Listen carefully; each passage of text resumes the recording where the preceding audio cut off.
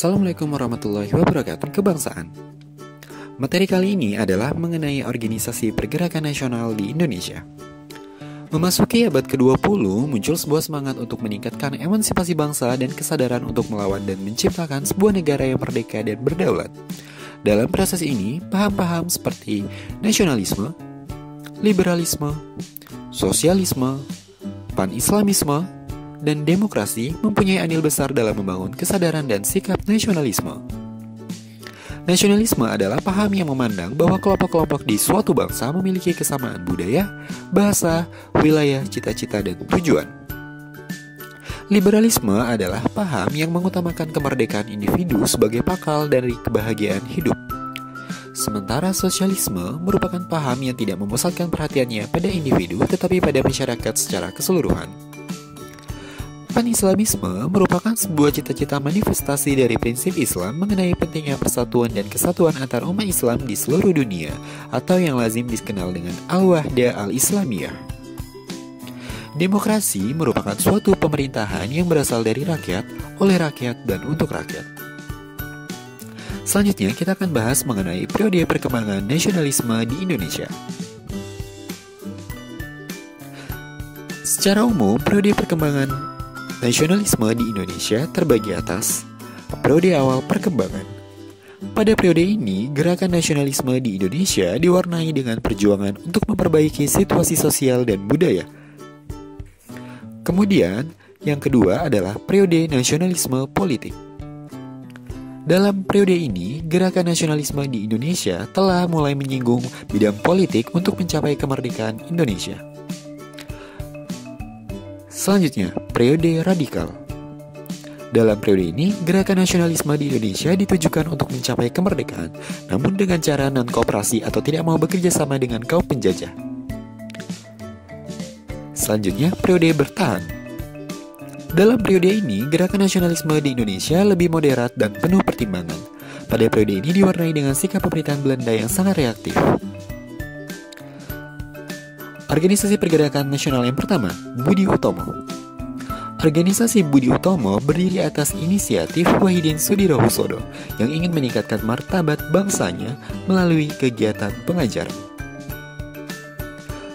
Pada tahun 1906, ia bertemu dan berdiskusi dengan para pelajar Stovia di Jakarta. Dari ide Wahidin Soedirohoesodo inilah, pada 20 Mei 1908, para pelajar Stovia mendirikan perkumpulan yang diberi nama Budi Utomo. Sutomo dipilih sebagai ketuanya. Hari lahirnya Budi Utomo diperingati oleh bangsa Indonesia sebagai Hari Kebangkitan Nasional. Seiring dengan waktu, Budi Utomo mengalami kemunduran. Hal itu disebabkan oleh perbedaan orientasi antara golongan tua dan golongan muda dalam tubuh organisasi serta cakupan kegiatan yang kurang nasional. Setelah kongres pertamanya, Budi Utomo lebih didominasi oleh golongan tua atau golongan priai.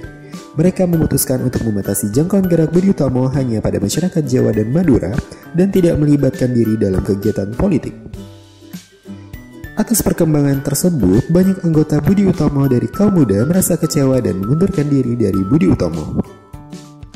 Seiring dengan tekanan terhadap pergerakan nasional oleh pemerintah Belanda, pada tahun 1935, Budi Utomo bergabung dengan organisasi pergerakan lainnya membentuk Partai Indonesia Raya.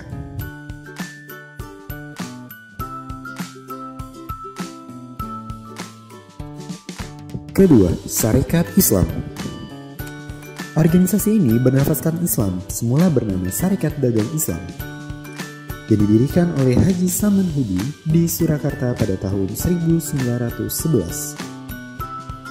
Sarekat Islam mengalami perkembangan yang pesat setelah dipimpin oleh Haji Umar Said Cokro Aminoto.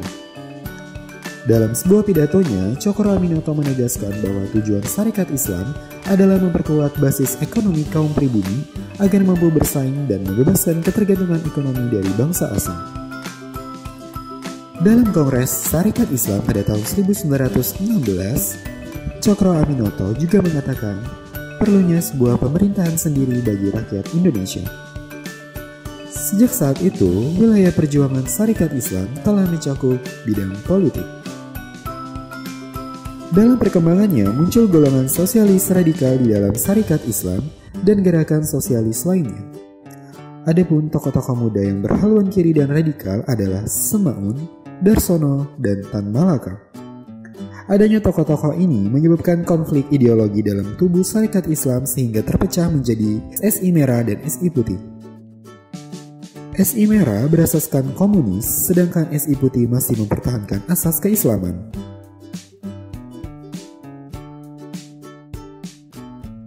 Ketiga, Muhammadiyah merupakan organisasi sosial Islam yang cukup penting di Indonesia. Organisasi ini didirikan di Yogyakarta pada 18 November 1912 oleh Kiai Haji Ahmad Dahlan. Mulai tahun 1920, Muhammadiyah mulai meluaskan sayapnya ke daerah-daerah di Pulau Jawa.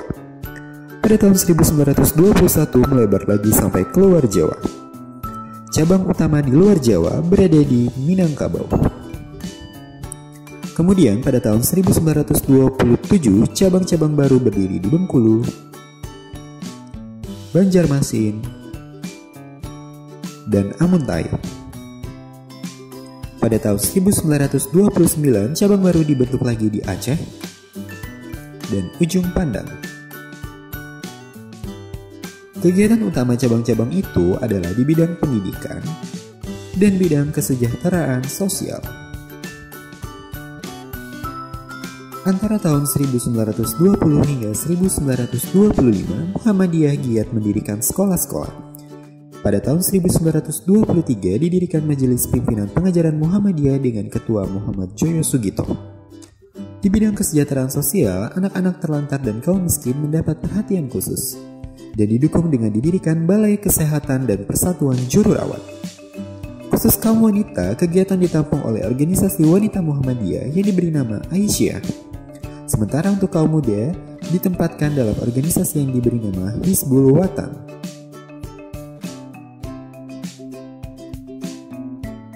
Keempat, Indisch Partei. Organisasi ini berdiri pada 25 Desember 1912 yang dicetuskan oleh Dawes Dekker. Ia melihat adanya keganjilan dalam masyarakat kolonial, khususnya diskriminasi antara keturunan Belanda murni dan kaum Indo. Dawes Dekker juga melihat penderitaan masyarakat Indonesia. Kemudian Dawes Dekker mengadakan perjalanan propaganda ke Pulau Jawa antara 15 September hingga 3 Oktober 1912. Dalam perjalanan tersebut, ia bertemu dengan Dr. Cipto Mangunkusumo dan Suwardi Suryaningrat. Ketiga tokoh ini dikenal dengan sebutan Tiga Serangkai, kemudian sepakat bergabung membentuk Indisch Partei yang didirikan di kota Bandung. Indisch Partei membentuk Komite Bumi Putra yang bermaksud mengirimkan telegram kepada Ratu Belanda tentang pencabutan pasal 3 RR tentang dibentuknya Majelis Permusyawaratan Rakyat yang sejati dan ketegasan akan adanya kebebasan berpendapat di daerah jajahan. Karena kegiatan ini dipandang berbahaya, pada Agustus 1913, Tiga Serangkai akhirnya dijatuhi hukuman dan dibuang ke negeri Belanda. Selanjutnya, Indisch Partei berganti nama menjadi Partai Insulin. Asasnya adalah membina semangat nasionalisme Hindia dengan memperkuat cita-cita dan persatuan bangsa. Kembalinya Dawes Dekker dan kawan-kawan dari negeri Belanda pada tahun 1918 tidak begitu berarti bagi Partai Insulin. Pada tahun 1919, Insulin berganti nama menjadi National Indisch Partei atau NIP. Dalam perkembangannya, NIP tidak mempunyai pengaruh yang cukup terhadap rakyat Indonesia. Demikian video kali ini, jangan lupa like dan subscribe channel ini biar kamu gak ketinggalan video-video selanjutnya.